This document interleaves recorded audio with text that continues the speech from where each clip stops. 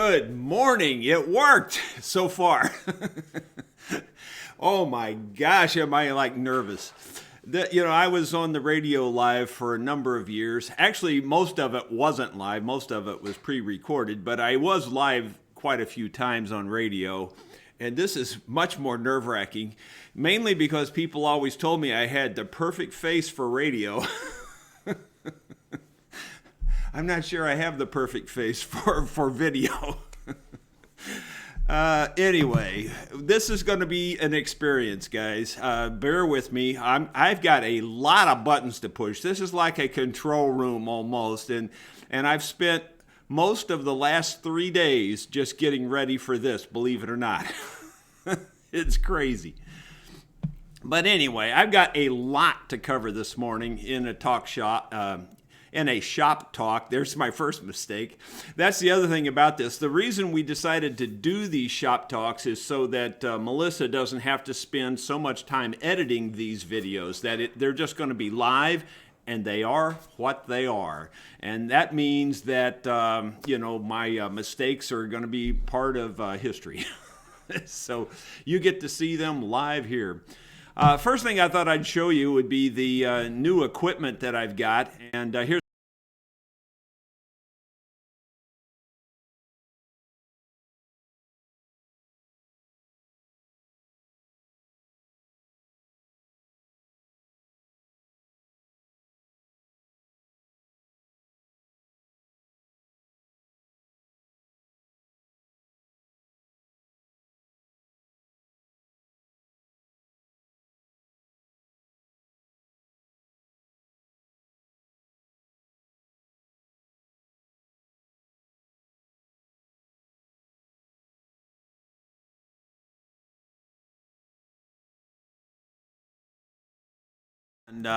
anyway, that's how we're doing it. It's actually very simple. I've got the perfect T-shirt on for it. It's simple, but it's complicated as heck.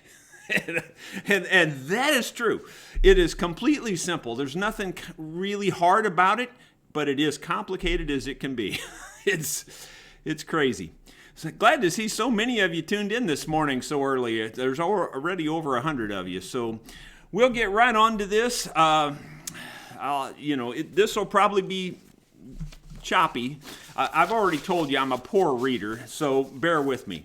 This first one's been laying around for quite a while, and I just thought I'd show this to you. Now, I didn't prepare this one ahead of time. I've got a lot of these things pre-prepared, but I thought I'd just show you some beautiful work there.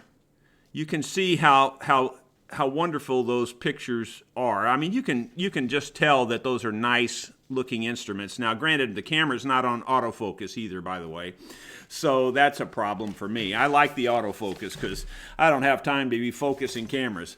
But you can see some more of his work there. Okay, so who is this from?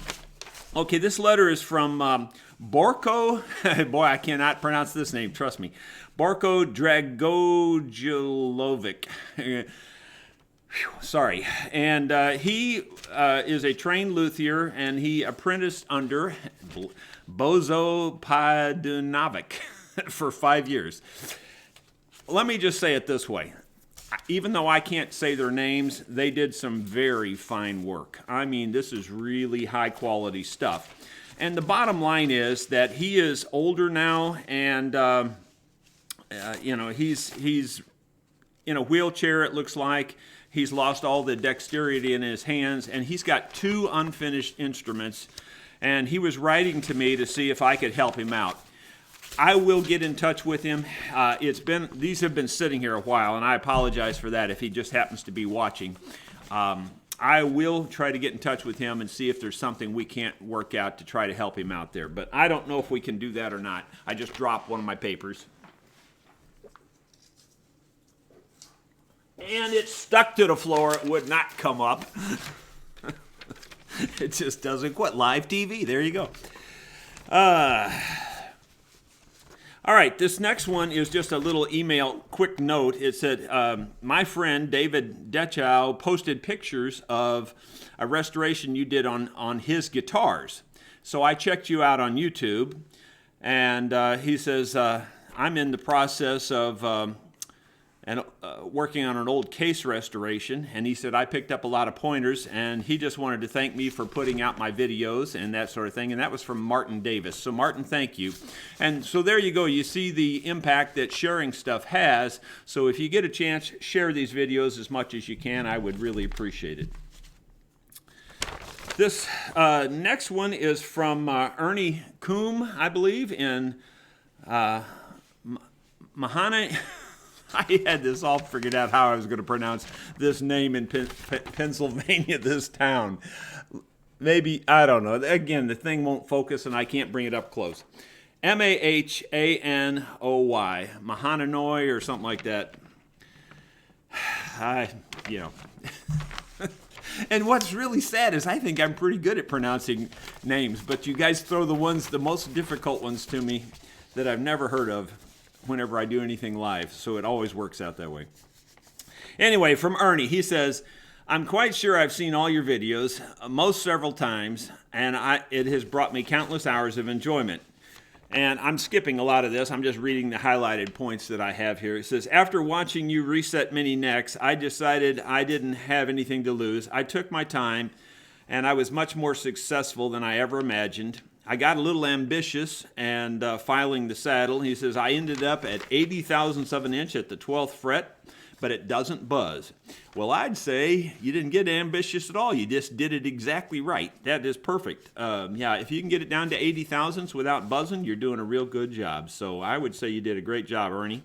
He says, as a side note, I've learned a lot of nice old songs from you. Each time I play that old harmony, I think of you. Well, he says, I enjoy the jam sessions, and it's time for another one. He says, I am almost 80 years old.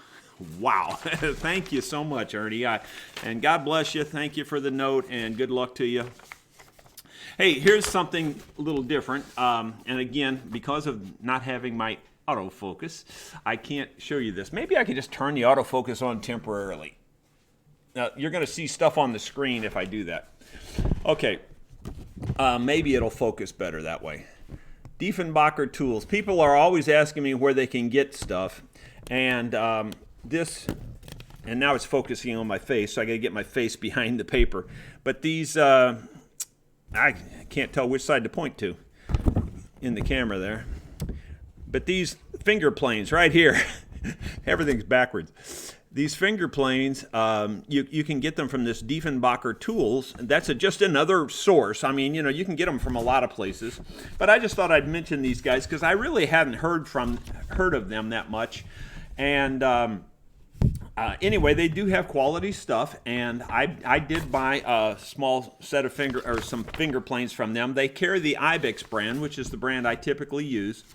And so it's diefenbacher.com, www.diefenbacher.com. So there's just yet another source, and you can see they've got other tools here. But just to give you some idea. Okay, I'll take the autofocus back off because, it's not professional to have those lines on the screen. Like I care. Who cares? Anyway, you probably do, though. Okay, so now I've got a whole line. I mean, seriously, this whole table is filled with stuff that I want to cover real quick. Before we do that, though, there was a fellow who sent me another email and another, it shows a guitar that he built. So I just thought I'd just show you that, too. Here it is right here. And you can see that's a very unique made guitar. Let's see, I had his name down. His name is Remy, R-E-M-I-S. That's his last name. He's in the chat. I saw him early on. I think he was the first one. Yeah, no, Remy is his first name. Remy Cossette, C-O-S-S-E-T-T-E. That's that one there. I got so busy trying to make this neat overlay for you that I forgot to put his name down there on a piece of paper. Like I said, there's going to be mistakes. Okay, anyway, that's a pretty cool design though. You got to admit that's some thinking outside the box. I love that openness there, and yet it's really solid looking. So I think that's a really cool design, and you can imagine that with finish on it and everything. It's going to be beautiful. So great job, Remy. And let's see, we'll go back to the live camera. That's if I click the right buttons, and I did, I think. Okay, some more things. A lot of these are going to be viewer gifts. I just wanted to show you some of these things. These might be helpful to a lot of people, so that's one of the reasons I want to show this. This wrist grips, and I may have to go back to the autofocus again. This wrist grips, that's what these are. They're basically a Velcro strap, and you strap them around your wrist tightly, and anyway, they help you, know when you're moving your wrist in the wrong directions and things. You can kind of feel it. I wore them for about 2 full days here in the shop, and they make you very aware when you're kind of doing things that are stressful to your wrists and hands. These are specifically developed for musicians. So you could get more information about this at www.wrist-grips.com. So wrist, WRIST-grips.com. So check those out. Thank you for sending those to me. That was Ryan Soley that I believe sent those to me. Thank you, Ryan. Appreciate it. This next thing isn't a gift. Well, actually, there is a gift involved in this, by the way, now that I think about it. In fact, I'll show you the gift first. This came from Ryan Lee. I haven't even opened it out of the bag yet, but basically it's a fret saw. And I can tear the bag open here and show it to you better. We refer to them as fret saws, jeweler saws, that type of thing. And this one here says German style on it, and it's it's adjustable this way. You can put different length blades in it. And this came to me after sawing out the F-holes in a mandolin. He was seeing me struggle with that. Now, the fact is, these are great saws, no question about it, and this one's the best one made like this that I have. It's a really nice one. But this isn't really what you can't really use this on those F-holes very well. You could get it done, I think, but it'd be difficult because this doesn't have enough reach, and you need to get in there, and this has to swing around a lot of things. That's why I use the one I use, because it has the swing that you need. In addition, I actually do have several of these. Like I said, this is much better than the one I already had. This was my original one here. I just thought I'd show you the different variety of these I have. This was my original one, and honestly, I hated this one. This one's a real cheap one. You know, it's just some little Chinese knockoff thing, and it's just not very well made. So then I got this one, and this one is Swiss made, and this one is awesome. I love this one. This one really works great. It's simple. All you gotta do is tighten up the 2 things, and you're off to the races. So I really like this one. This one here is for really deep cutting. So I have that one too. So I do have a lot of these kinds of things. I just thought I'd let you know that. I appreciate you sending this to me, Ryan. It will be used, I am sure. In fact, I know I'll probably throw this one away now that I've got yours, because it's quite a bit better than this one. And I appreciate it, Ryan. Thank you very much. Okay.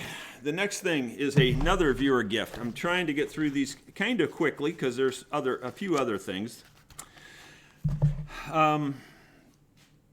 This is from Kim Blakewood, and it's a nice leather pouch with the American flag on it. I'm all about that. That's really wonderful. And Kim makes jewelry, and she asked that I send her a bunch of deer antler, and so I sent her a lot of tips and pieces, and she made all kinds of really pretty jewelry out of it. There's like a necklace here. It's got a face carved into it.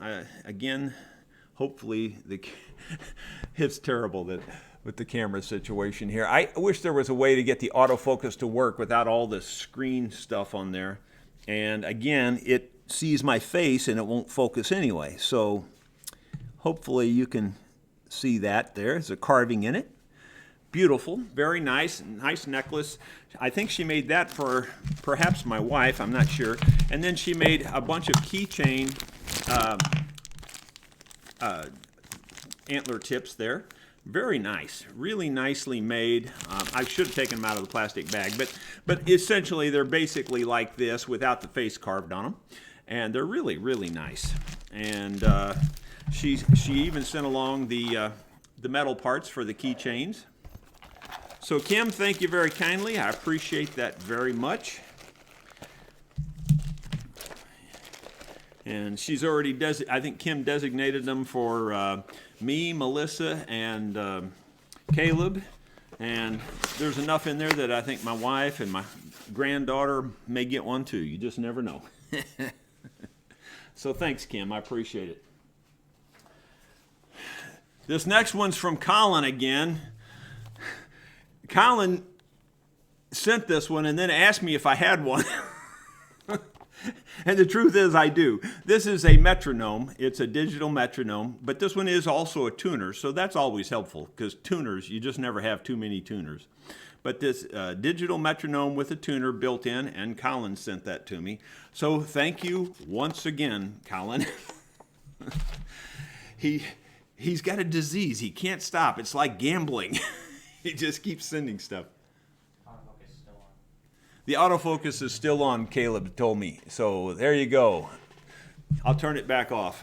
But I don't know. That autofocus thing is handy for me, I think. I know a lot of people tell me, don't use the autofocus. Use the other. Well, how do you do that when you're on camera? I mean, you can't reach up there. I don't have a cameraman. You know. So it's just not that simple.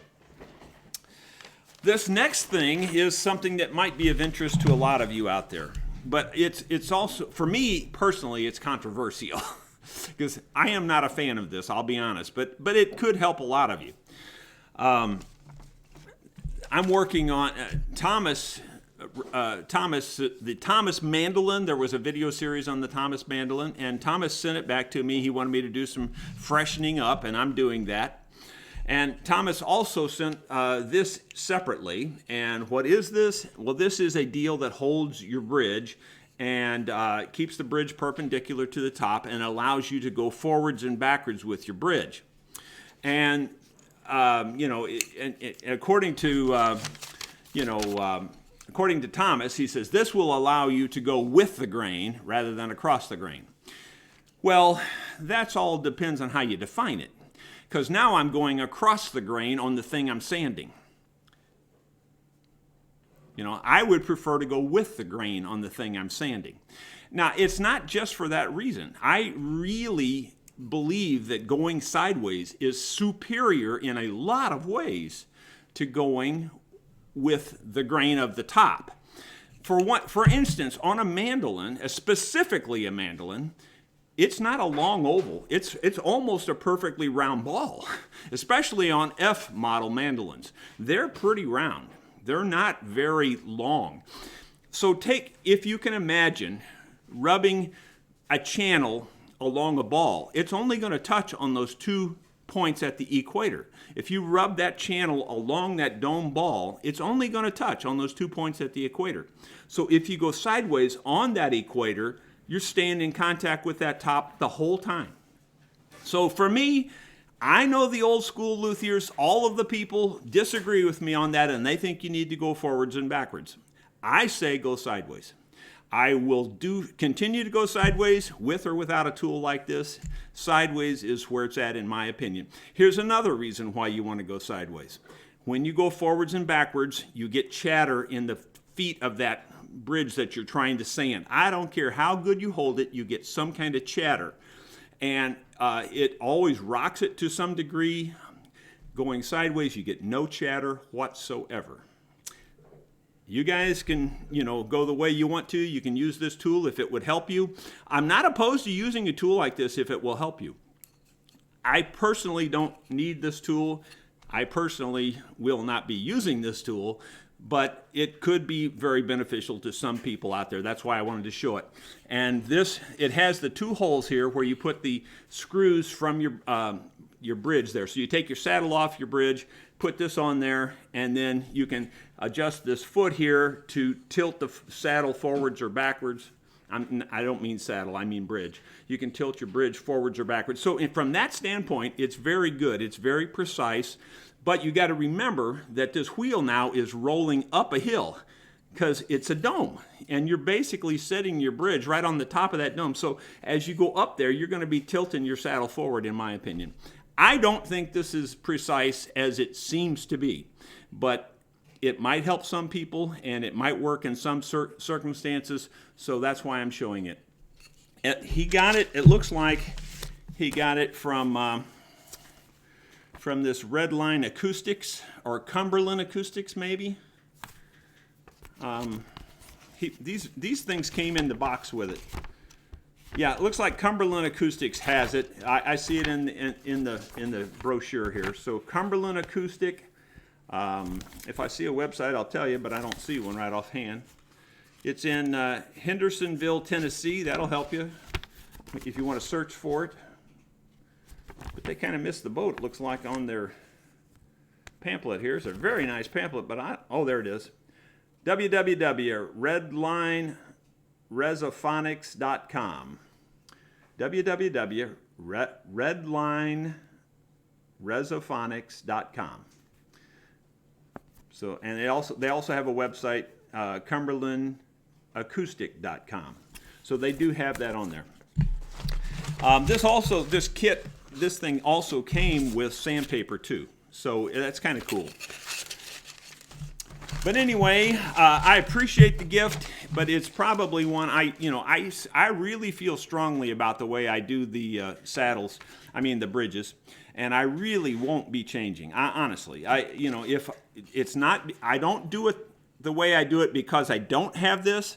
I do it the way I do it because I think it's the right way to do it. So there you go. So I didn't mean to really get off on a rant there, and I don't mean to belittle a gift that I get. I just trying to explain the reasons why I do what I do. And, I appreciate the sentiment and the fact that he sent me a gift, but he also implied that I'm not really doing it the right way. So in my opinion, I am doing it the right way.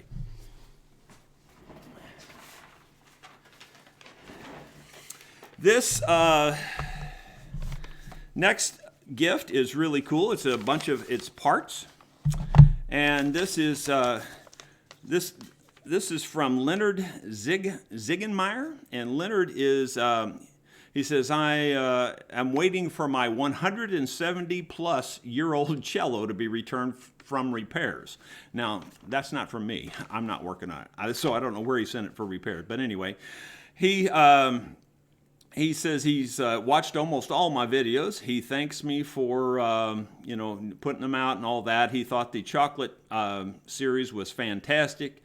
And he says he's even writing that before he watches the final version of the chocolate thing.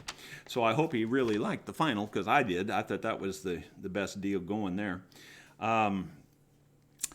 Years ago, he was in Gatlinburg, Tennessee. He bought a very nice mountain dulcimer, and after he played it a while, he didn't like the tuning keys that were on it, so he bought new tuning keys, and unfortunately, they're still in the box. So he said these have laid around for a long, long time, and he thought that I might be able to use them for something else. And, I will put them in my parts boxes, and someone may benefit from this down the road. I appreciate it. Again, as I've always said, I don't charge for these spare parts and things. Even new spare parts like this, I don't charge for them. If someone can benefit from them, then great. I will allow them to have them. So thank you very, very much there, Leonard, and thank you for sending that to me, and I'm sure someone down the road will benefit from that very much. Let's see.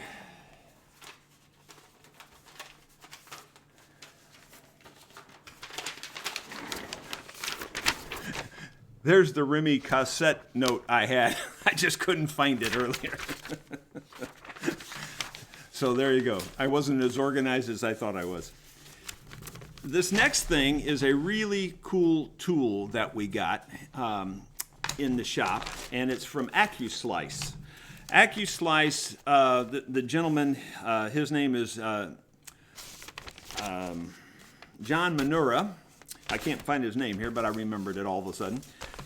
And John sent me this. Let me show it to you here. New toy that my friend John Manura from AccuSlice sent to me. He's been watching some of my videos over the years here, and he has sent me a product that he has designed specifically for the bandsaw that I got to tell you, it's really well designed and really well made.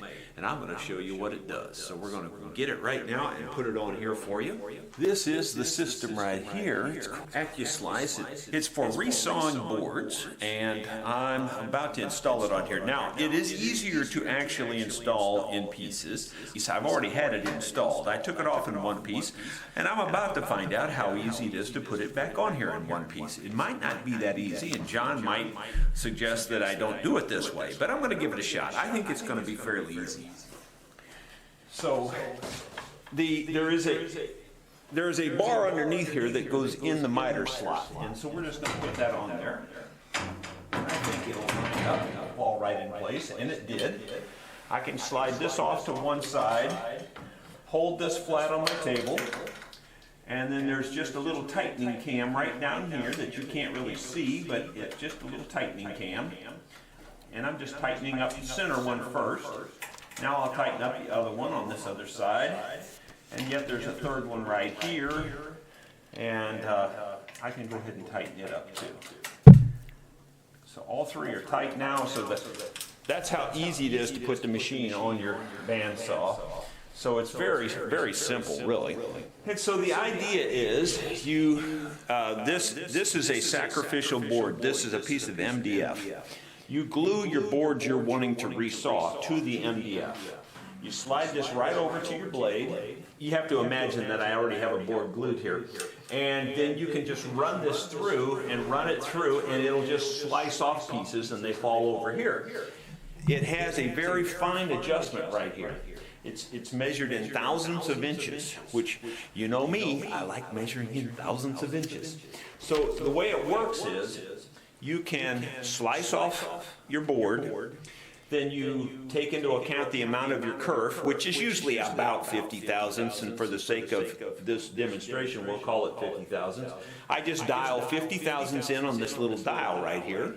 So that takes up my kerf for the next cut. Then I dial in the amount of the thickness of the board I want. So if I want 100 thousandths, this dial goes to 50 thousandths, so I just turn the dial twice. Just go around the whole dial 2 times, and now I have a 100 thousandths board that's going to be cut off. Now, of course, I do that while the board is sitting over here, and then I just slide it right through the blade.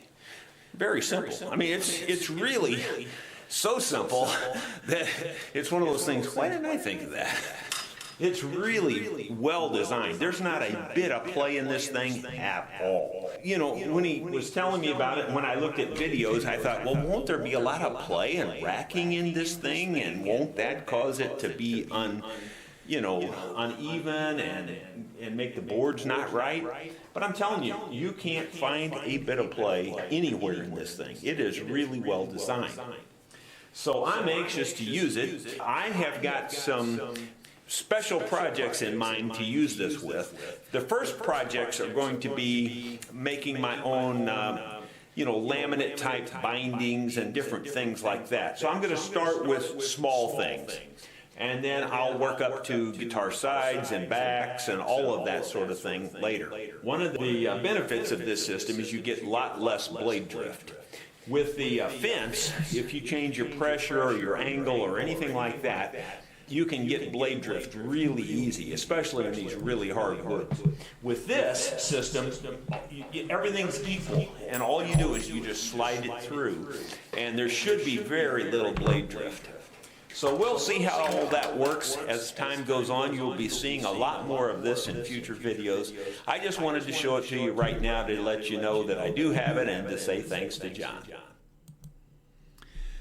Well, John, thank you very much. I appreciate that. That's a really cool tool. I really do have a lot of things that I plan to use it with down the road. You can see AccuSlice there. I'm going to use it for making some custom bindings specifically. I really think that's going to be really cool. But I also have a lot of other instruments to build, so it'll be handy for cutting the sides and everything. And I think I can cut them more precisely on that, and therefore it will take less sanding, and it will also save more material. Those Padauk boards are very expensive. I might be able to get an extra set of sides out of one board with this machine versus the way I'm doing it presently. Okay, back on these saws, there was one more thing I wanted to tell you about this saw. I told you guys I hate this saw because it's just a pain in the neck, and this little attachment point is made out of a cheap pot metal, and this cheap pot metal is, it just wears out in no time. I've wore these things out like you would not believe. So after I made that last video where I was talking about that, I went and made myself a steel one. And it looks almost identical to this one, other than I just put a nail here as my handle and brazed it on. But it's cut the same basic way. As a matter of fact, I used a grade 8 bolt. If you know what a grade 8 bolt is, those are much stronger bolts. So screwing this in and out, I guarantee you the handle is going to wear out before that piece wears out on this one. So now I won't have that problem anymore, and it also even already spins much easier. You can just feel it tightening up without it dragging and flaking all of this cheap metal off. These things are junk. This is another one of those deals. If you work for me and you designed that part, I'd fire you on the spot. It's just wrong. That's all there is to it. So anyway, I fixed that. I thought you might be interested in seeing how I fixed that. By the way, the spoiler, some people noticed the guitar in the background. We removed the spoiler. Live TV, there you go. Let's see. There's another spoiler there over my shoulder, but you can't see too much about that. But it's going to be pretty cool too when you get to finally see that, by the way. I think that, if I'm not mistaken, is going to New York. I think the spoiler guitar that you were seeing was headed to California. So there you go. Let's see. That is about most of the things that I had here in ready to cover. I did make up a list of a few other topics that I wanted to talk about. While I'm finding that list, let me show you a new arrival on the farm that we got yesterday, as a matter of fact. Well, my friends, you can see we're over here at my son's barn this morning, and he's got a new addition to his animal family, a new baby this morning. Is it a male or female? It's a filly, it's a girl. It's a female, it's a filly. In horse lingo, a colt is generally thought of to be a male, and a filly is thought of to be a female. 84 pounds, 341 days gestation. I guess you heard that. 84 pounds, 341 days. And she's now looking for the appropriate end, and hadn't quite found it yet, but she's looking. Gonna be a palomino. About how old do you think it is? How many hours old? 7 or 8. 7 or 8 hours old. And it's already standing good, so you can kind of tell by that it's been around a few minutes.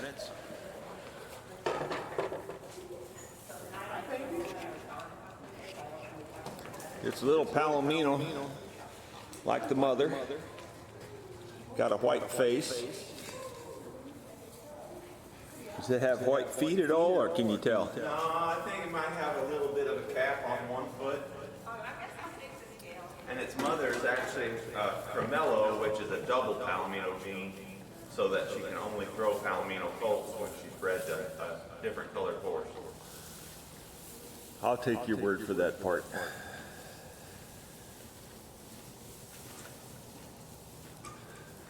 Looks like a good, healthy little baby. And she just shook her head yes. She's healthy, she says.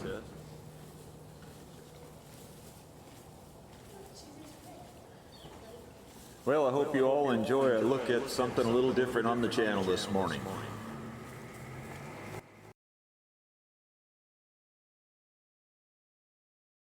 Well, it appears that the videos are causing an echo. People are complaining. You know, we didn't know that was going to happen. This is the first time we've ever done it. So, you know, you just have to bear with us a little bit. We don't know even why that would happen. We muted the mic during that session, and according to Caleb, it's still echoing. So we don't know why that's happening, and we'll see if we can't figure out a way to avoid that down the road. But you know, whether we can fix that or not, I don't know. But it's still a pretty big upgrade from previous live sessions, I think. Let's see. I've got a list of things here on my tablet that I was going to talk about. I already showed you the new equipment that I'm using, but I thought I'd tell you just a little bit more about that. My cameras that I use to make all my videos are basically the Canon Rebel T7i, which the specific one I'm using right now is actually an 800D, but according to what I read, it's exactly the same camera. It's just the European version of the camera. And in fact, everything does look and feel the same on both cameras. There's almost no difference at all. So it's either an 800D that I use, which is the one I'm presently using, or it's the one over on my bench is a T7i. The video capture device is just a USB, like a USB dongle deal where you plug a HDMI cable into it. That HDMI cable goes up to the camera, and that little USB capture device, boy, they're cheap now. I mean, they were way over $100 just recently, and now you can buy them for $15 off of eBay, and that's where I got mine. I just made sure that it was a USB 3.0 compatible, because the USB 3 is a little bit better than the older USB 2, so you want to make sure you get the better USB if you can. That's pretty much it on that part of the stuff. Okay, one of the comments, another thing I wanted to address in today's shop talk, and this might help a lot of folks, is on bending wood. One of the comments that I get all the time is, why don't I use a steam box? And the fact is, I have used steam boxes. You know, pretty much can bet that in nearly 40 years of doing this, I've pretty much done everything at least once. And trust me, I used steam boxes a lot. And steam boxes are really good on some things, and they're not very good on other things. And at least that's my experience. Everybody has different experiences. Everybody has different skill levels. Everybody has different ways they like to do things. But when I use steam boxes, and specifically, and I mean specifically on Padauk wood, it just doesn't work at all. And here's why. You believe this or not believe it. I don't care whether you believe it or not, because it's a black and white fact. You take it out of the steam box. It's been sitting in the steam box for, you know, an hour, whatever. And it's just saturated, hot, soaking wet. You can't get it out of the steam box, get it over to the mold before it dries. I'm not kidding you. It dries that fast. It's just it's just as dry as if you had set it out there in the sun and let it bake. It loses its steam instantly. I think it's a very porous wood. I think that's part of it. I think maybe the resins in the wood keep the water from soaking in. I don't really know. I've also boiled Padauk. That's another method I've used over the years, is I actually boil the sides. And I'm seriously telling you, I take a trough, a long trough, set it on the burners of the stove, get it boiling. And I mean, it's absolutely boiling. I have weights sitting on top of the sides, keeping the sides down in the boiling water. Boil them for an hour, whatever length of time you think it takes. Take them out. They dry before you can get them in the mold, and then they bust. It's just a fact. I've done it many times, and it doesn't work. Boiling other kinds of wood works great. You walk over to the mold, you put it in there, and you clamp all the clamps down around your mold. It pulls it right down, no problem at all. Doesn't work with Padauk. The steam box doesn't work with Padauk at all. So that's why I don't use the steam box method. In addition, now that I've built my side bender, and those of you have seen many of my videos where I'm using my side bender, yeah, it looks like a real cumbersome, tedious, long process, and I complain about it because it's not fast. But on the other hand, by the time you get your steam up or get your water boiling, I'm generally almost done. I mean, even though it seems like it takes forever, it takes me maybe 30 minutes to bend a set of sides. Something like that. So that's not very long. So the side bender I made is really the fastest way to do it, period. And I don't break any wood that way. So the side bender is what I will probably always use from now on. That has made a huge change in bending wood for me. It works absolutely great. I recommend it. You could build your own. I have the video out there, I believe, showing you how I built it and the parts that I used. And all the parts were obtained pretty much off of eBay or from McMaster Car. Okay, I did get one. I'm not going to go off on a rant, I promise, but I did get one more good old boy comment about chocolate. And the comment was, as a professional violin luthier, I can tell you that the entire repair on chocolate was totally botched. There you go. Just thought you wanted to hear his opinion. But then he added, come down to Florida and I will show you how to do it correctly. I doubt I'll be going down there. Okay, the last thing I have on my actual list here is that I'm meeting with the hand surgeon finally. Took 2 months to get the appointment on Monday, or at least I believe it's Monday. It's next week for sure. I believe it's Monday. And, in the meantime, the hands have gotten worse and worse. The arthritis itself is still kind of on hold. Can't think of the name of the drug I'm taking for that now. It starts with an M. Anyway, that drug seems to help a lot. It knocks down the pain to about 80-20. I only feel about 20% of the pain whenever I'm on that. Meloxicam, that's what it is. And I've heard so many people say that drug doesn't work for them at all. Well, it works for me, and it fixes what my ailments are. If I wasn't on the meloxicam, I would have quit doing videos more than 2 years ago. I'm not exaggerating. The arthritis pain would be too great to do this. But the meloxicam, for whatever reason, works for me. But it doesn't help the carpal tunnel, and the carpal tunnel in the last 2 months has just gotten worse, and worse.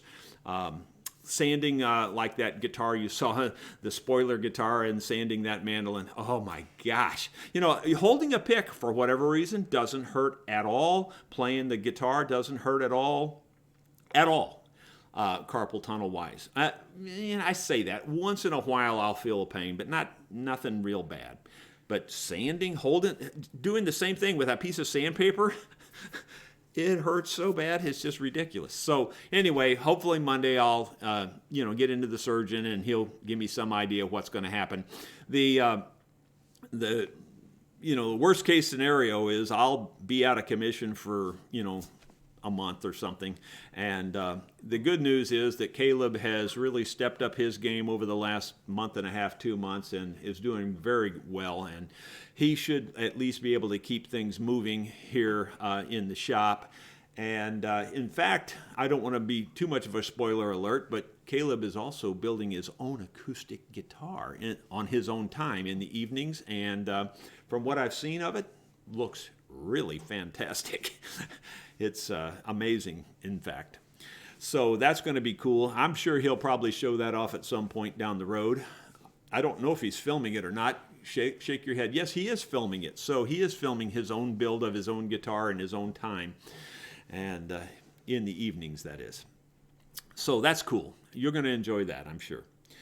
Let's see. I think that covers pretty much everything I wanted to cover. What time is it? I don't even see a time anywhere. 8:44. So I did that in 44 minutes, which is definitely no record. Those of you who saw my son's barn when we were building it, I thought I'd just show you that little clip as well. Here goes Echo Cam again. Sorry, but you got to do what you got to do. I thought I'd just show you his inside of his barn a little bit because you saw it before he got it finished in an earlier video, but this is what it's looking like now on the inside. He's still working on it, obviously. But he's starting to build some stalls down here. They look real nice. He's got hay storage up above the stalls, and he can store hay in the corners because as you're riding the horse, you kind of go around, and so the corners never really get used anyway. So he's got a basketball court here in the middle. As I may have mentioned to you before, my granddaughters are big into basketball, and they do a great job. Their teams are, for the most part, undefeated.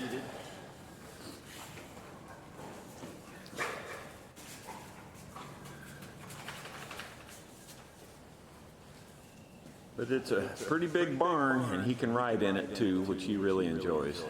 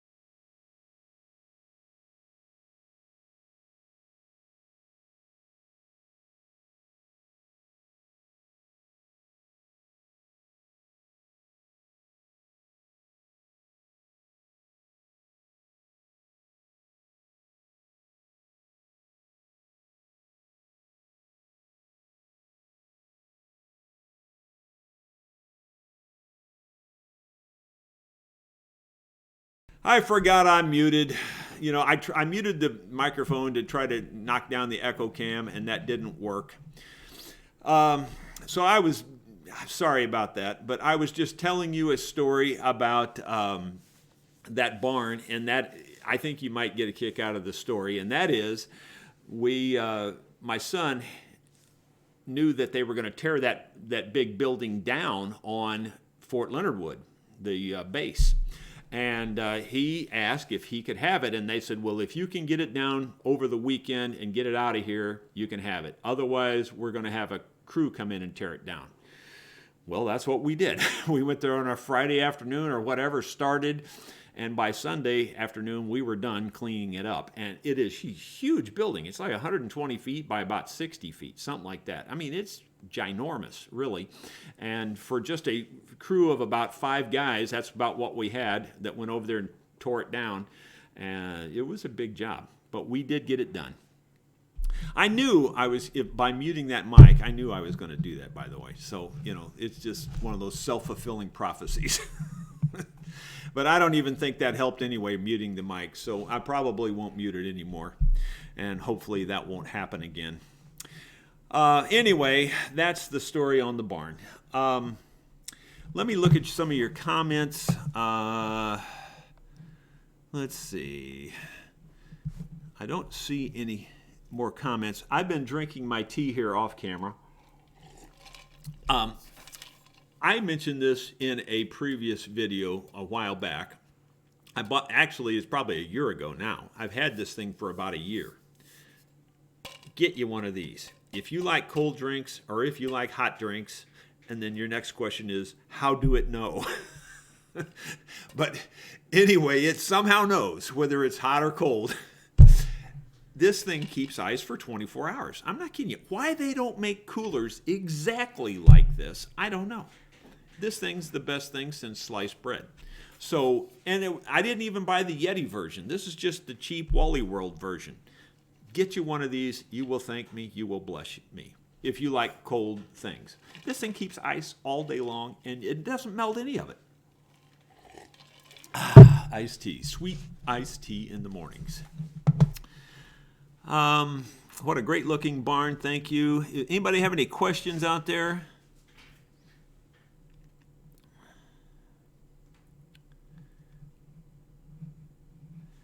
Yeah, sorry, Tim, about your hand thing there, and I know Randy's got problems with his too. Looking forward to Caleb's video on his private guitar. Yeah, me too. I think you'll enjoy it.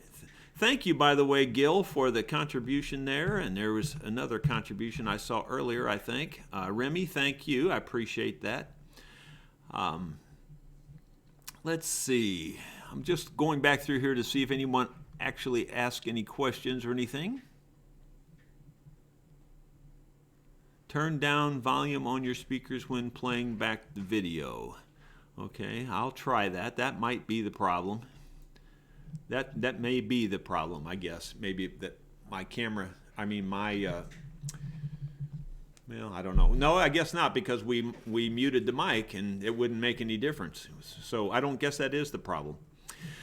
Oh well, we'll try to figure it out. I doubt we'll actually figure that one out. That sounds like that one's over our heads, but we'll see what we can find out. We'll Google it, and somebody somewhere's probably had the issue, so we'll see what they've done about it, and we'll try to do the same.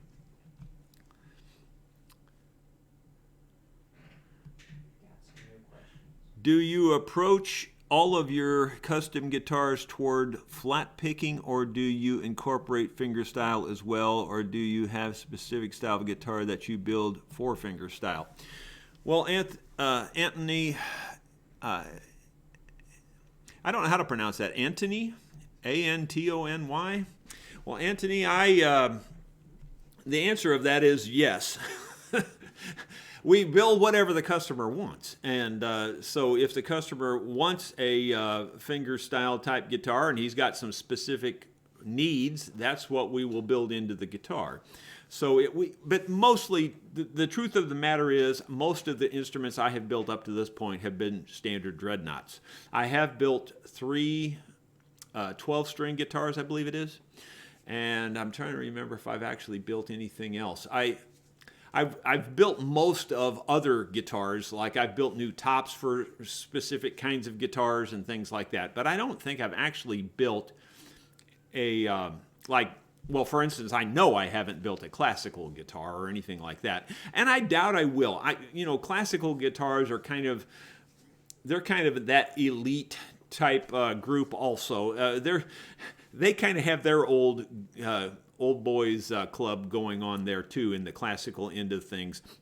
And I don't know anything about the classical guitar or their music, so I probably wouldn't build a classical guitar. But I would be more than happy to build a steel string, like triple O or a parlor type guitar or whatever, or even I potentially could even build a nylon string parlor guitar or something like that. But I don't think I would actually build a guitar on the classical style, classical design, because that's just a different thing altogether. Let's see if I see any other good questions here. What is my preferred method for sharpening plane blades? Well, if you're referring to the little planer blades, even those little tiny blades, I actually take them to my grinder and I rock them across the grinding wheel, keeping it in one perfect plane so that I have one complete hollow grind across the face of the plane. And it's a very light touch. You're not going to burn your blade if you do it the way I do it. And you get one continuous perfect grind across it, though. In other words, if you're not good at it, you'll see a whole bunch of grind marks and things. I don't get that. I get one little perfect grind all the way across the face of the plane.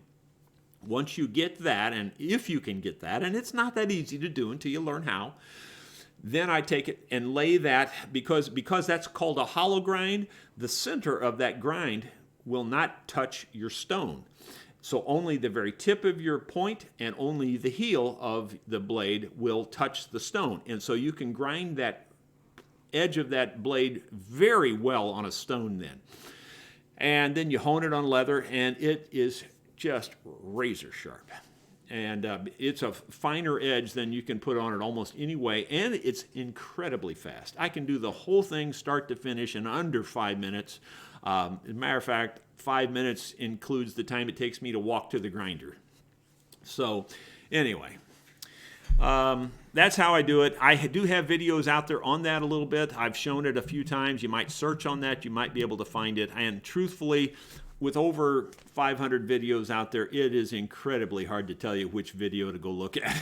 People ask me that all the time. And I honestly, you would think, well, you keep an index. Well, you can't keep an index either. I mean, try to imagine how hard that is to keep an index up. Because each video will have 10, 20 things in it that could be indexed. It's just crazy. It's just crazy hard. It really is.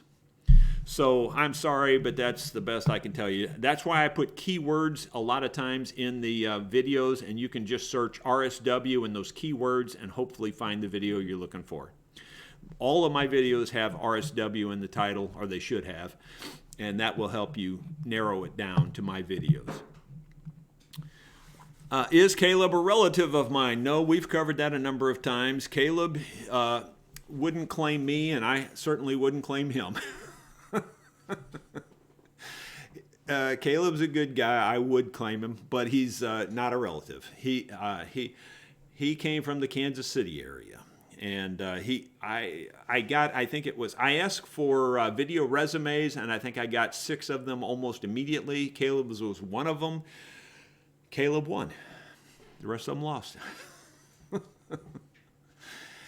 And anyway, it just worked out very well for both of us. I'm really happy. I hope he is. Let's see. Would you rather work on guitars or play them? Well, I'm not any good at playing them, so I guess working on them is much better. No, I like to play guitar. I mostly play mandolin, as you may know if you've watched many of my videos. I play mandolin primarily, but I enjoy playing guitar too.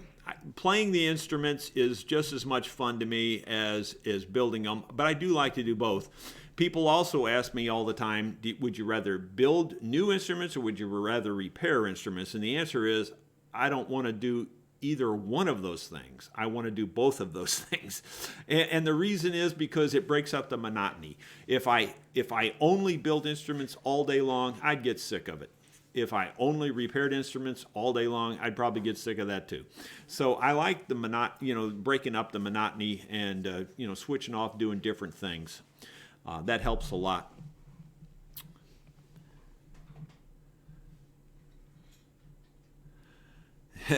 Here we go back. I guess you must have missed my rant on the steam box. He says, when you're bending binding, do you ever consider using a steam tube?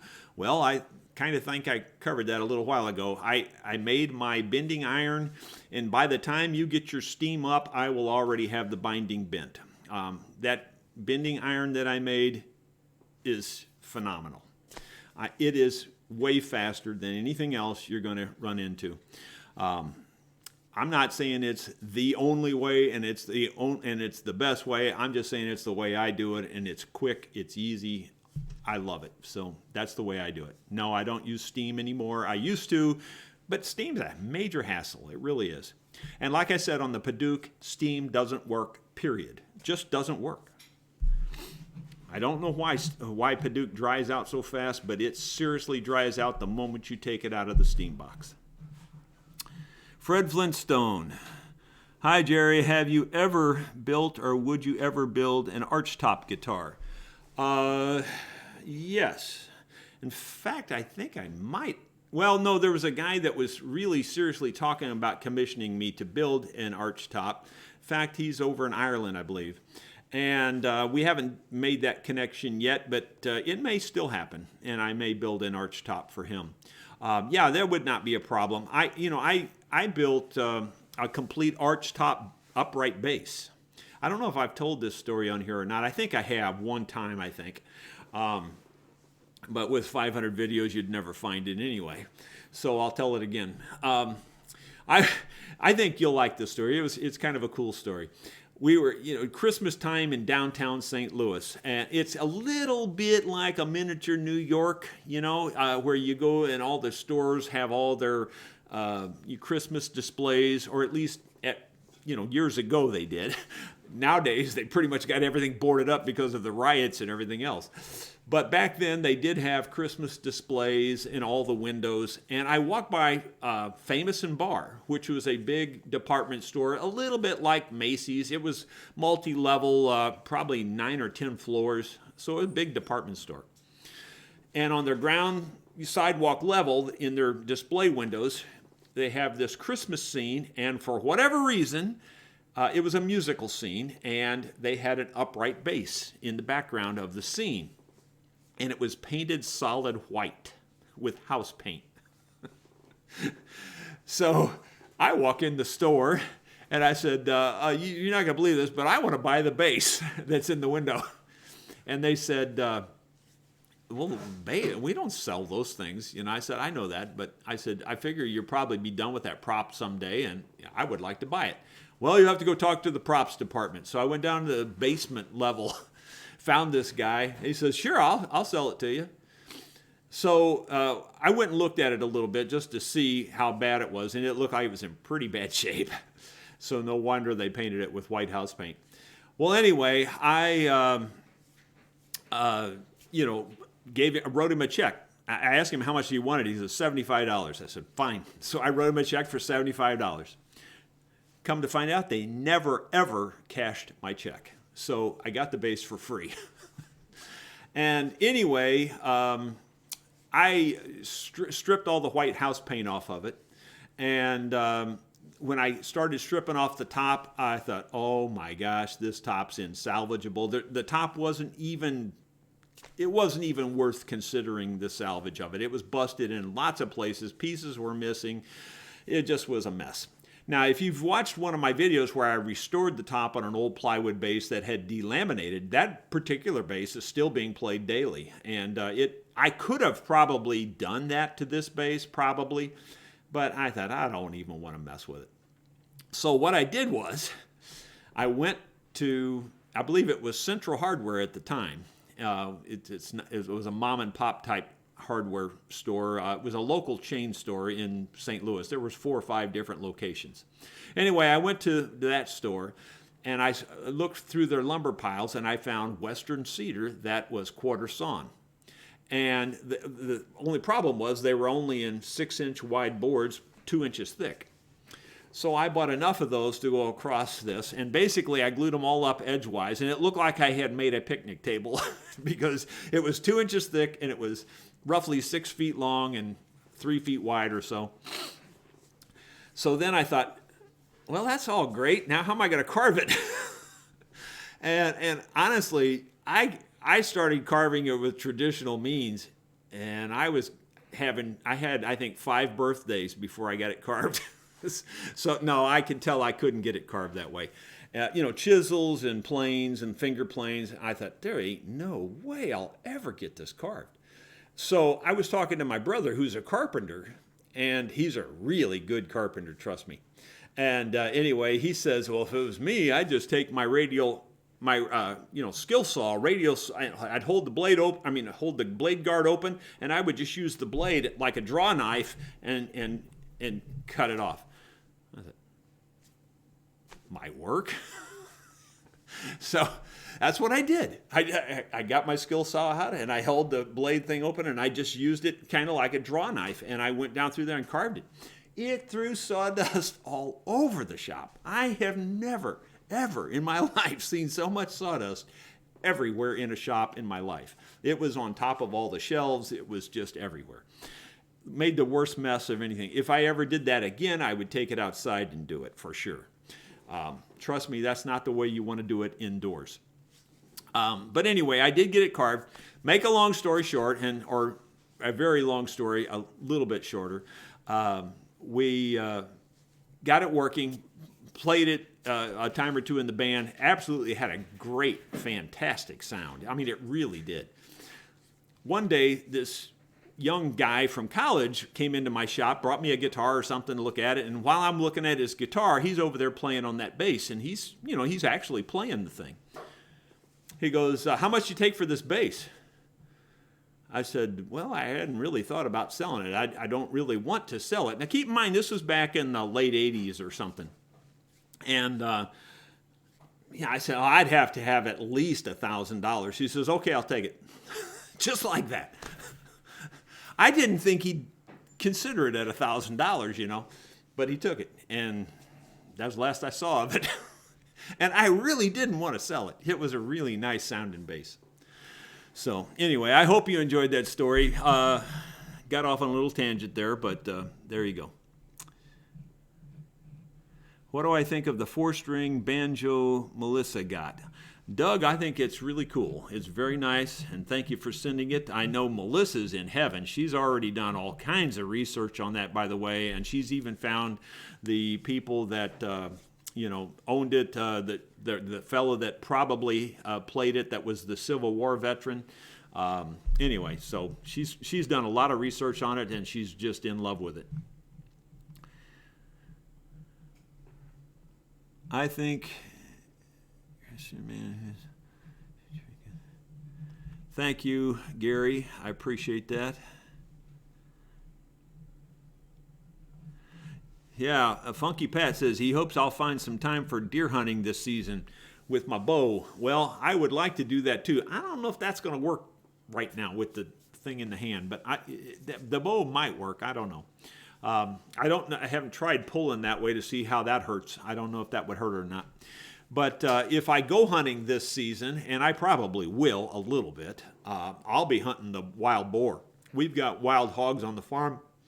We've had problems with them over time, and in one evening, if you get a bunch of them out there, they can tear up a whole acre. I mean, they can root it up so bad you can barely drive across it with your tractor. I mean, you would not believe the destruction those things can do in one evening. So if I go hunt anything, it'll probably be the wild boar.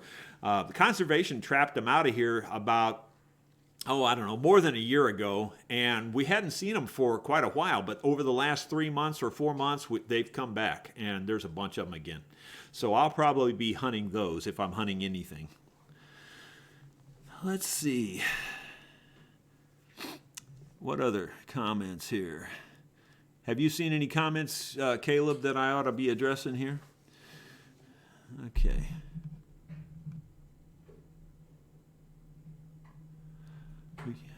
WS says, I wish there were someone with your expertise here in Scotland. Oh, I bet there is. You just haven't found them yet.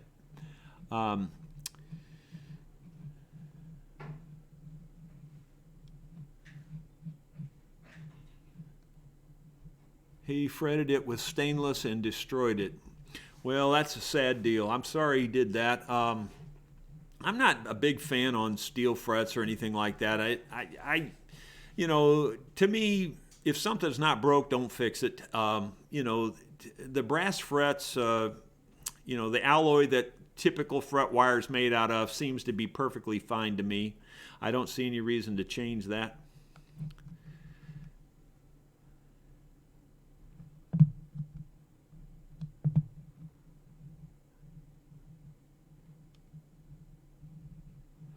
Well, Guy Andrews is asking about gluing the neck on a 12-string. I don't know if I have enough information there to go on, but, gluing the neck on a 12-string would be no different than gluing the neck on anything else. It's just that use extra light strings. That's all I tell you. Whenever you got a 12-string guitar, use really light strings. There's just a ton of force there. And, make sure you get it all cleaned off really good, wood to wood. Make sure that it's a tight joint. If you have to shim it. But if you get a good tight joint, you get it at the right angle, of course, and you get the proper glue in there, clamp it up really well. Let it set for 2 or 3 days on a 12-string, before you go stringing it up. Let it have plenty of time to get used to being glued back together, and then string it up. You'll probably be okay.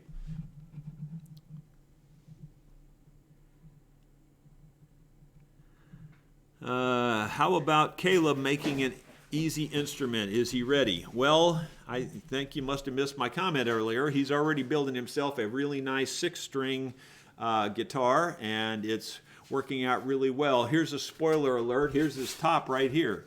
And I don't know if you can hear it. It's got a real nice tone.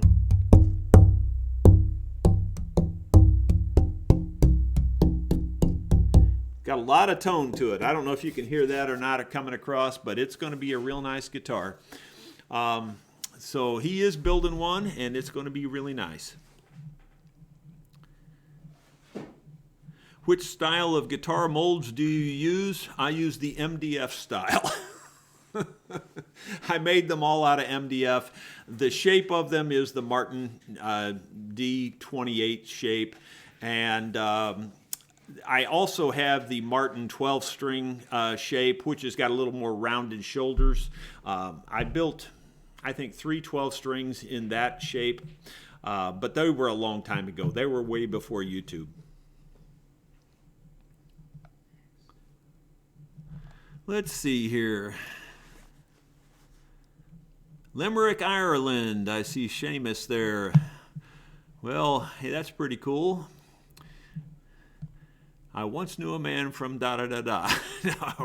I don't know how to do a limerick. I wish I did. I'd sure do one. Let's see. Quebec. I mean, there's a lot of folks on here. 279 viewers at the moment.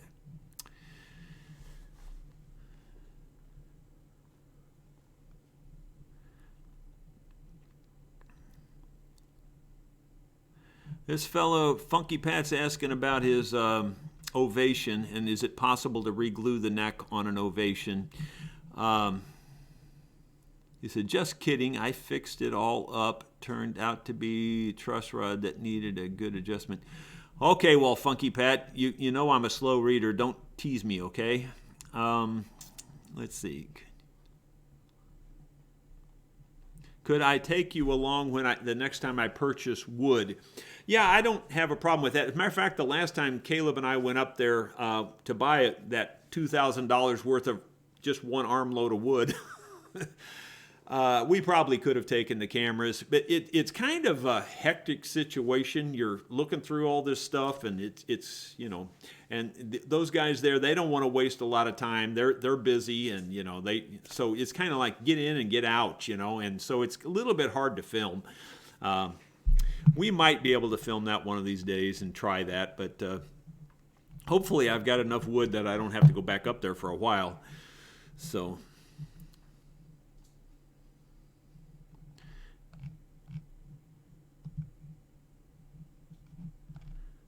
let's see, something about making an Archtop guitar. Have never make Archtop guitar. I don't know if that means have I ever made an Archtop guitar. But I think I answered that a little while ago, but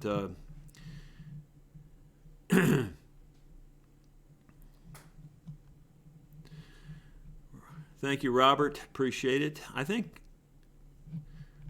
there's a short hill that I have in queue to build an instrument for, but I don't think it's the same short hill. Robert Shorthill, I think his name is Ian Shorthill, isn't it? Something like that. Caleb doesn't remember either. But anyway, I do have a Shorthill in queue to build a custom instrument for, so I think it's a different fellow, though.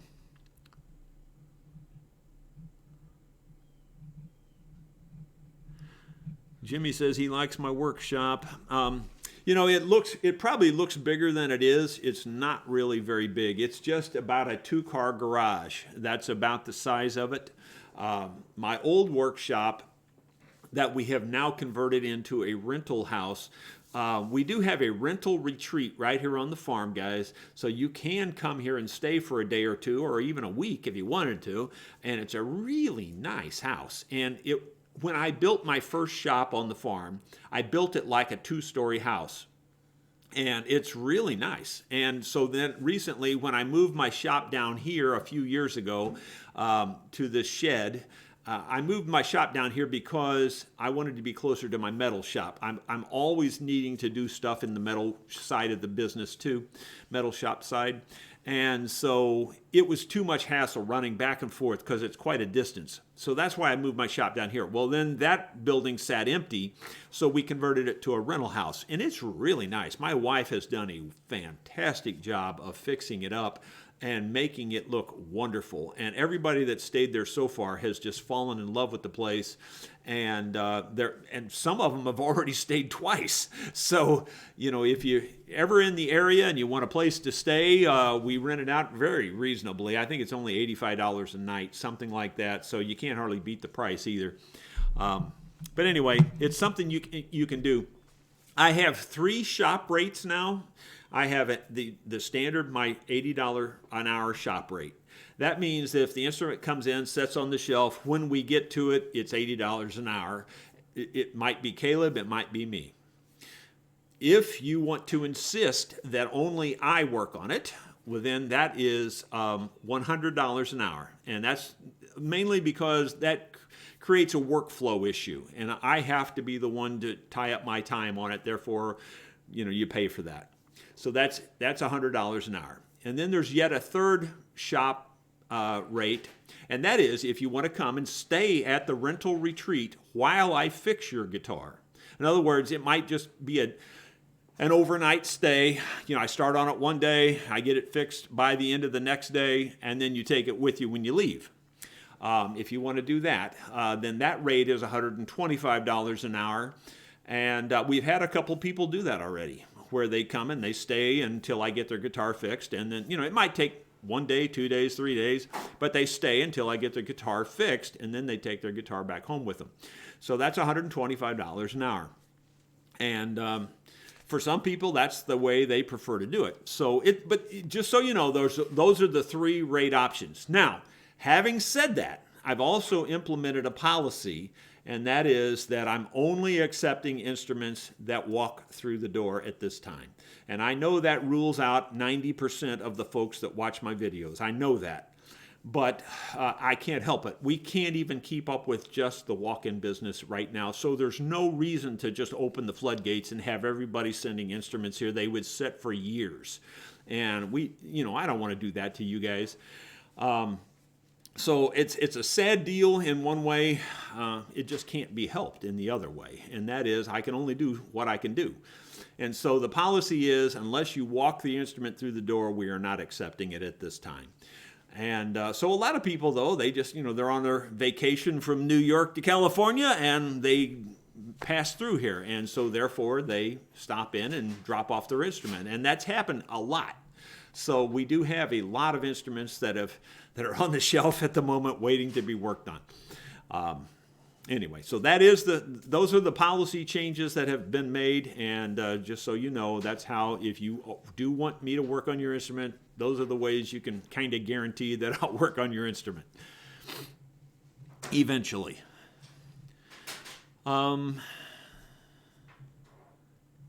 Short bill is not a common name. Short Hill is not a common name, but it says Short Bill. I don't know if you're being funny or if that was just a typo. But anyway, Robert, yeah, I don't think it is a common name. I agree with you. It's kind of like Rosa. It's not a real common name either. A lot of people say, well, then you're Mexican or you're Spanish or you're Portuguese, but we are Italian, in fact. So, at least the Rosa line that I come from.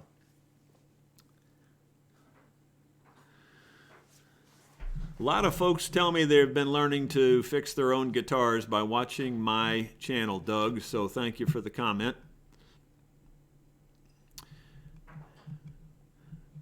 Thank you, Michael. He says we're the best and that our videos are a wealth of information. We appreciate that. A national treasure. Well, I don't know if I go quite that deep, but thank you. Sure, I'm a national treasure. Put me in the Washington D.C. Smithsonian. No, I don't want to go anywhere near Washington D.C. Trust me, you've already heard my views on politics, and that is the very best politic, whether they're Republican or Democrat, it doesn't matter. The very best one should be in jail, at least when you get to the state level and above. The local levels, they're just on the edge of going to jail. They're headed to jail. They just haven't made it there yet. or they should be headed there.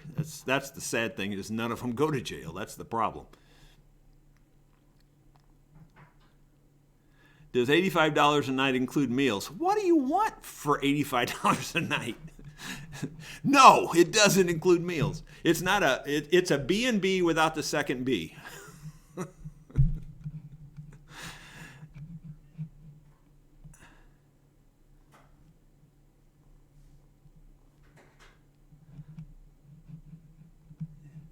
Let's see. I'm just reading here, guys. That's what I'm doing. I haven't like had a stroke or anything. I'm just trying to read, and I'm a slow reader, as I've told you a million times. So I'm reading all these comments.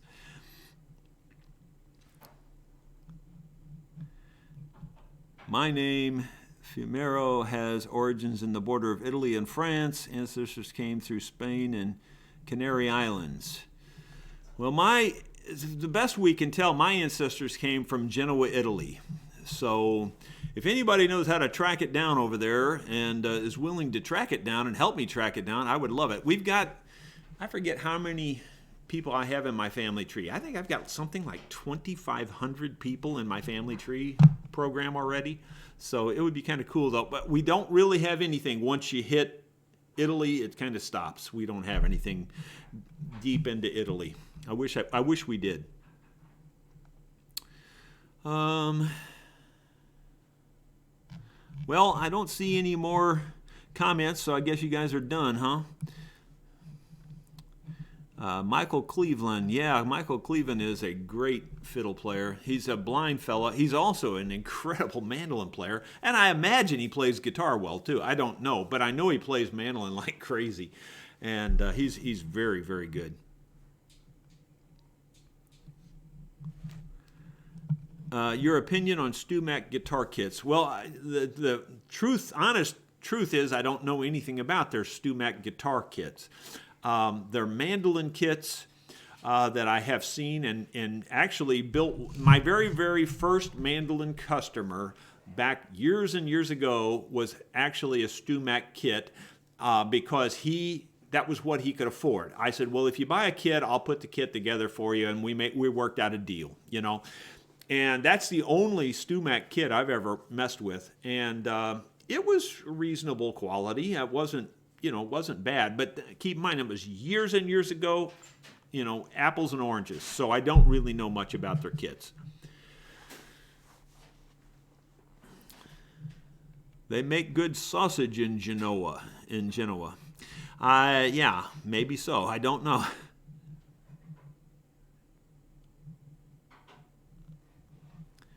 You have access to over 300 wood species. Do I need anything? Well, does a termite need wood? Sure, I need things. I don't know how to answer that. Do I need 300 different species? No. But, I always need wood.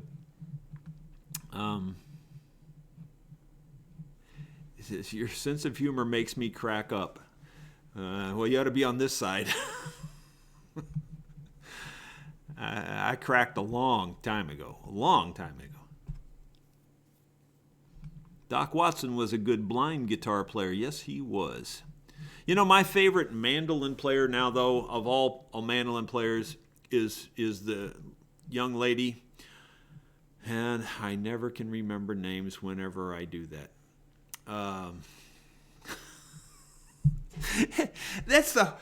I'm not lying to you. I have known these people in my band for years, for decades. And the hardest thing I do is have to introduce them on stage because I look at them in the face and I can't pull up the name. I've had this my whole life. This is not an old age thing. It's been since childhood. I cannot remember people's names. Oh, it's terrible. Sierra Hull is the girl's name that plays the mandolin, and she is incredible. If you have never checked her out, you need to check her out. She's just a phenomenon on the mandolin. She really is. Now, there's a lot of other guys that are really super good, too. Sam Bush, I got to spend a week with Sam Bush one time.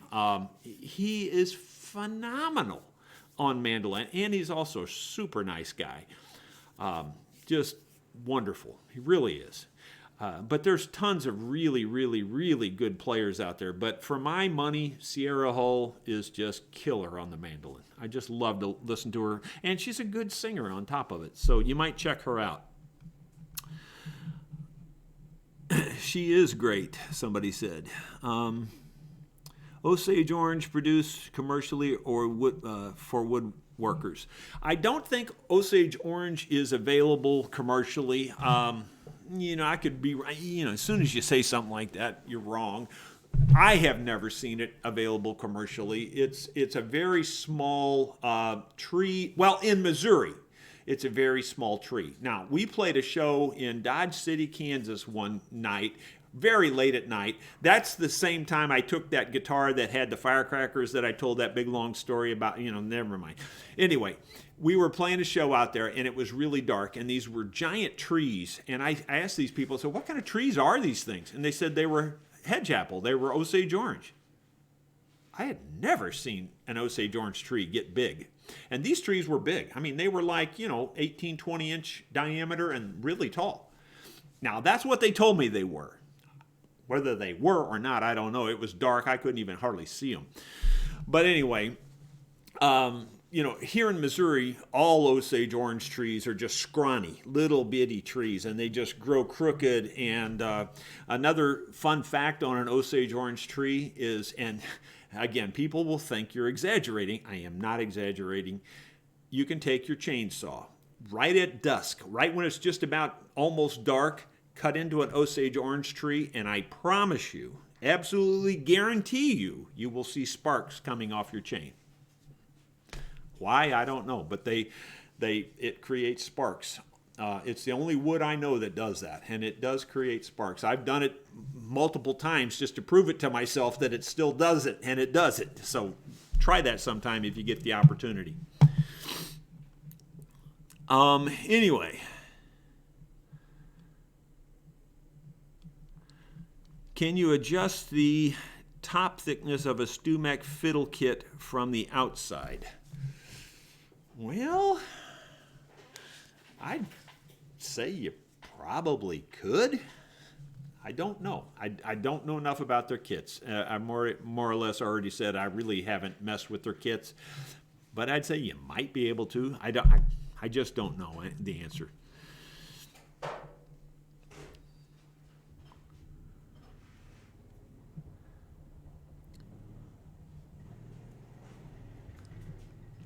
He says he has a lot of big Osage Orange. I was a bow builder for years. Yeah, Osage Orange is great for bows. It's probably North America's hardest tree, probably.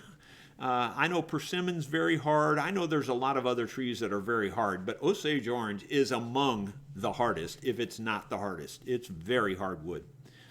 It's very hard wood. Really is. And yet it's a very springy wood. It's a great wood for making bows and things like that. Have I made a bow out of Osage? I don't think I have. I've made a few bows over the years, but I don't believe I've ever actually got a full bow made out of Osage. All the Osage that we find around here, like I said, is spindly. It's very spindly. Very yellow wood, as you've seen in my inlays and things. Have you experimented with different size sound holes for guitar, like Tony Rice? Yeah, I think a slightly larger sound hole is good. I really do. I don't go overboard with it. I only go maybe total diameter about 1/8 of an inch, so about 1/16 of an inch all the way around. No point in going crazy with that, but a little bit bigger is good, I think. Don't go crazy with it, though. Don't go making it gigantic. You won't like that.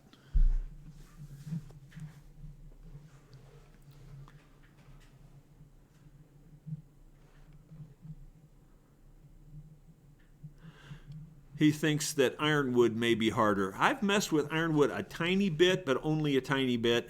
I can't really honestly say whether I would agree with that or not. I don't have enough experience with ironwood. Yeah, ironwood is very dense.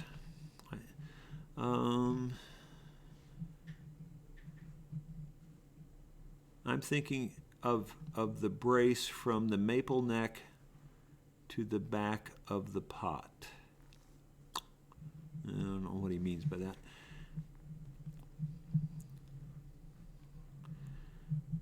He said it turns a nice light brown with time. Yeah, it really depends on a lot of things, on what colors woods turn.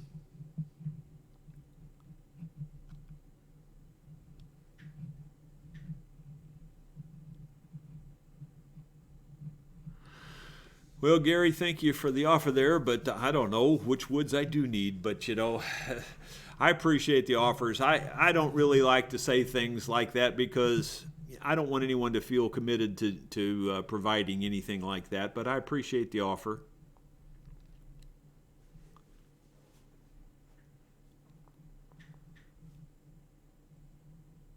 How can I unstick a banjo head that's been stuck with wood glue using basic home stuff?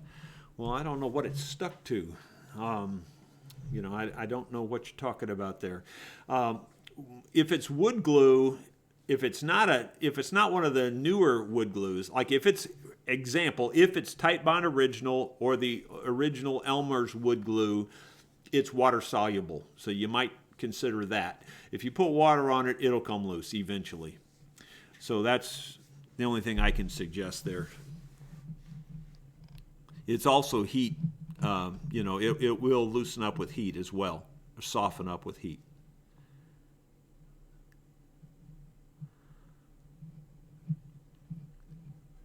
You know, zero fret tone compared to bone nut. I don't know that I could address the tone issue.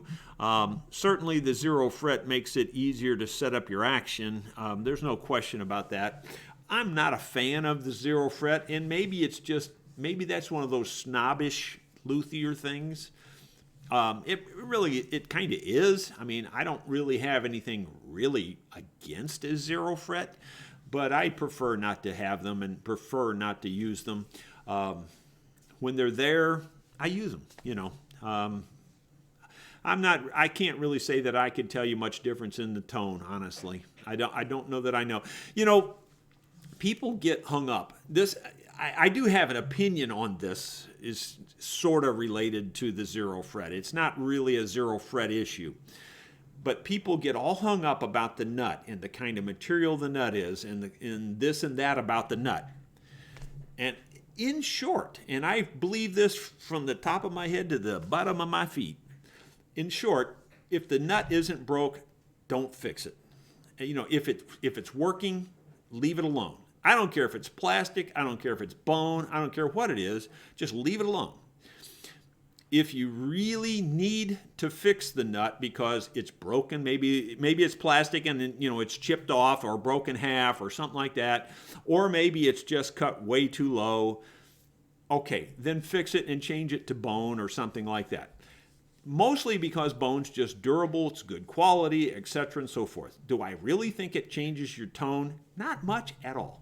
That's the truth. I really don't think the nut has very much to do with your tone of your instrument at all. Now, I know people will argue with me, but you got to remember, first of all, that the only time the nut even comes into play, period, is on an open string.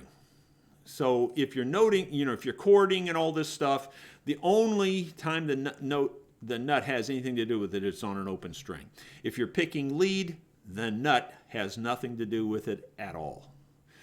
Because you're always noting. I mean, occasionally you'll hit an open string when you're picking lead. I do realize that. But the nut has very little to do with it. Just think about it common sense-wise. Where does your sound come from? It almost all comes from right down there where the bridge is. I mean, it almost all comes from there. 90% of it comes from right there. 10% comes from the rest of the body vibrating and things like that, and almost nothing comes out of your neck. I believe that completely, 100%. I don't think in a blind test, anybody would be able to tell me the difference when I change a nut from plastic to bone, for example. I don't think there's a person out there, with rare exception, that could be consistent in telling me the difference.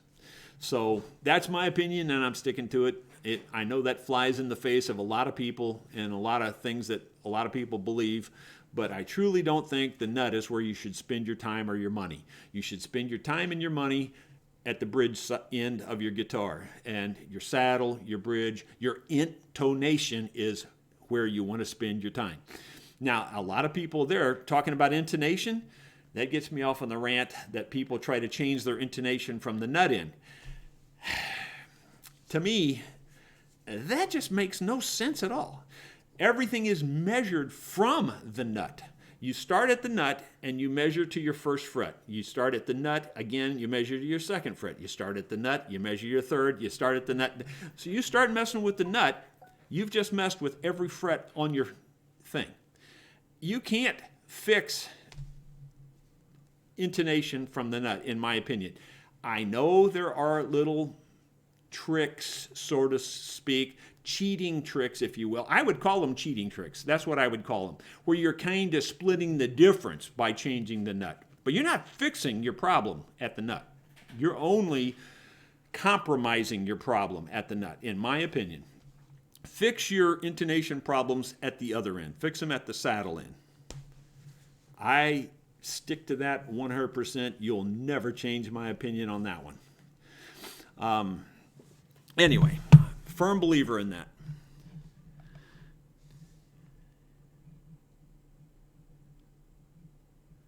Do you have any tips for someone who wants to start selling their instruments? That's Remy. Yeah, get on YouTube. That's my only tip, seriously. Get on YouTube.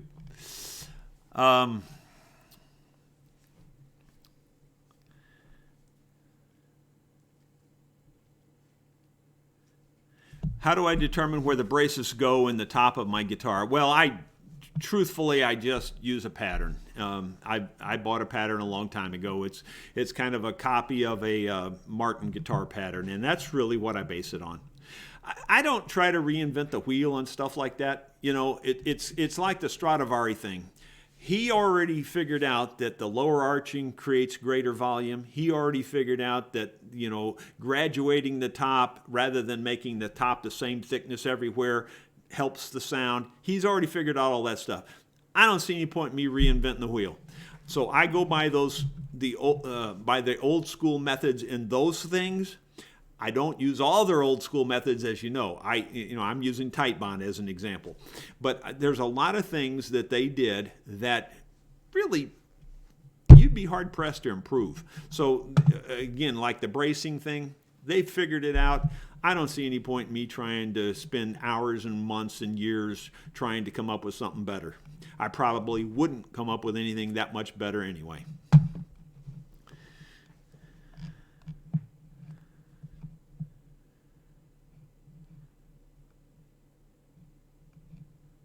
What price range do my custom guitars fall into? Are you taking orders at all? Well, actually, that's another policy. I just told Melissa, due to the issues with my hands, I've already got 4 or 5 more custom instruments to build. Not to mention the 2 that you've seen in this video today, but 4 or 5 more after that. And I told her to quit taking custom orders. In other words, if somebody says, hey, I really want you to build a guitar, don't take it until we know where I'm headed with my hands, you know, because I'm going to have a tough time just filling the orders we have. And I don't really want to have to make a bunch of refunds on deposits and things like that down the road. So for right now, I'm not taking any more custom orders either for guitars or mandolins, although we will keep your name on file and put a list, you know, together. And if we see that the hand thing is going to work out, then, you know, I'll get back to you down the road and we can get you on the list and get you ready to go for a custom instrument. But right now, I'm not doing it. Where they start out in price, my custom guitars start out at about $6,500 right now. So there you go. You said your price. Okay, let me. Thank you for the content. Thank you. Thank you, Fred Flintstone. I just love your car, by the way. That's one of my favorite things. I want a car like that. Except I'm going to wear shoes when I drive your car. I'm not going to do it barefoot. I am not that much of a man, especially on these gravel roads out here.